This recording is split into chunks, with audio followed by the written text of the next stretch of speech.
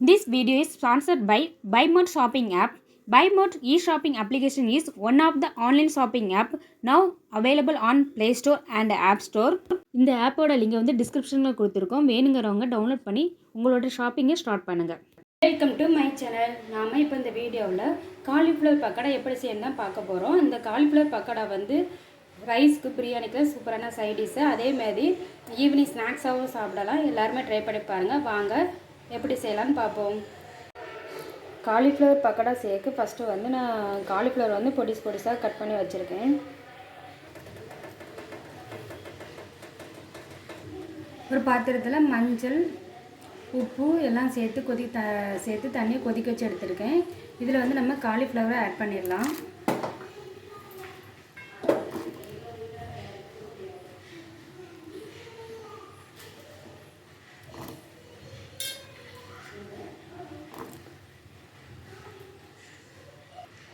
இதை வந்து ஒரு 5 நிமிஷம் அப்படியே மூடி வச்சிடலாம்.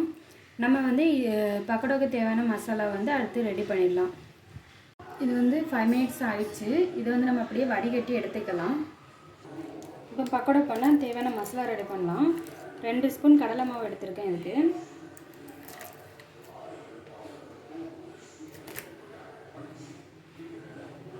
ஒரு 1.5 ஸ்பூன் வந்து அரிசி மாவு எடுத்திருக்கேன்.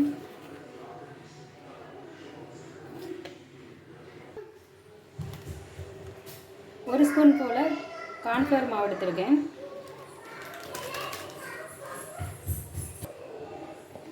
ஒரு ஸ்பூன் வத்தல் பொடி, கொஞ்சமாக காயப்பொடி, இஞ்சி பூண்டு பேஸ்ட்டு, கொஞ்சமாக கருவேப்பிலை. இதை எல்லாத்தையும் சேர்த்து மிக்ஸ் பண்ணிடலாம். கொஞ்சம் உப்பும் ஆட் பண்ணிடலாம். தேவையான அளவு உப்பும் சேர்த்து நல்லா மிக்ஸ் பண்ணிவிடுங்க. நல்லா மிக்ஸ் பண்ணிவிட்டு கொஞ்சமாக வாட்டர் ஆட் பண்ணி மிக்ஸ் பண்ணணும்.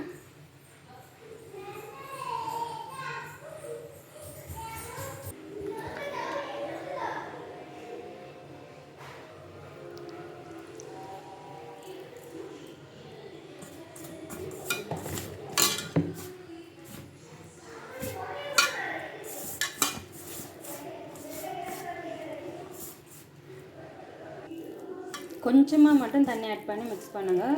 ரொம்ப தண்ணியாக எதுவும் மிக்ஸ் பண்ணிடுறாங்க. கொஞ்சம் திக்காகவே இருக்கணும். ஏன்னா லைட்டாக தண்ணி ஆட் பண்ணிடுவோம்.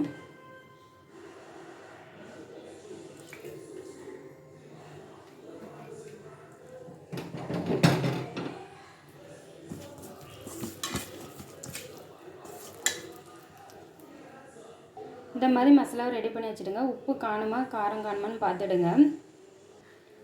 இதில் வந்து நம்ம வடிகட்டி வச்சுருக்க காலிஃப்ளவரை ஆட் பண்ணிடலாம். காலிஃப்ளவரை ஆட் பண்ணிவிட்டு நல்லா மிக்ஸ் பண்ணி விடுங்க. எல்லா இதுலையுமே மசாலா பிடிக்கிற அளவுக்கு மிக்ஸ் பண்ணி விடுங்க.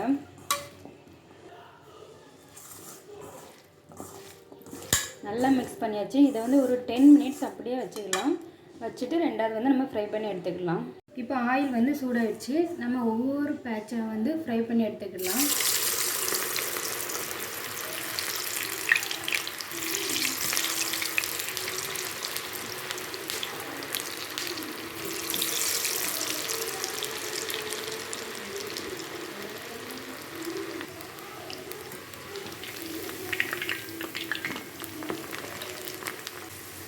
இப்படி ஒரு 2-3 நிமிஷம் வேக விட்டுட்டு எடுங்க.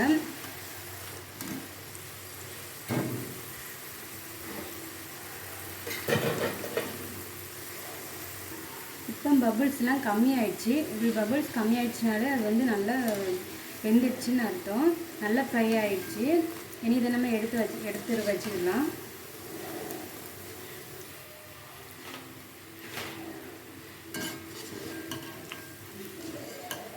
அப்படியே ஒவ்வொரு பேட்சாகவும் போட்டு எடுத்துடலாம்.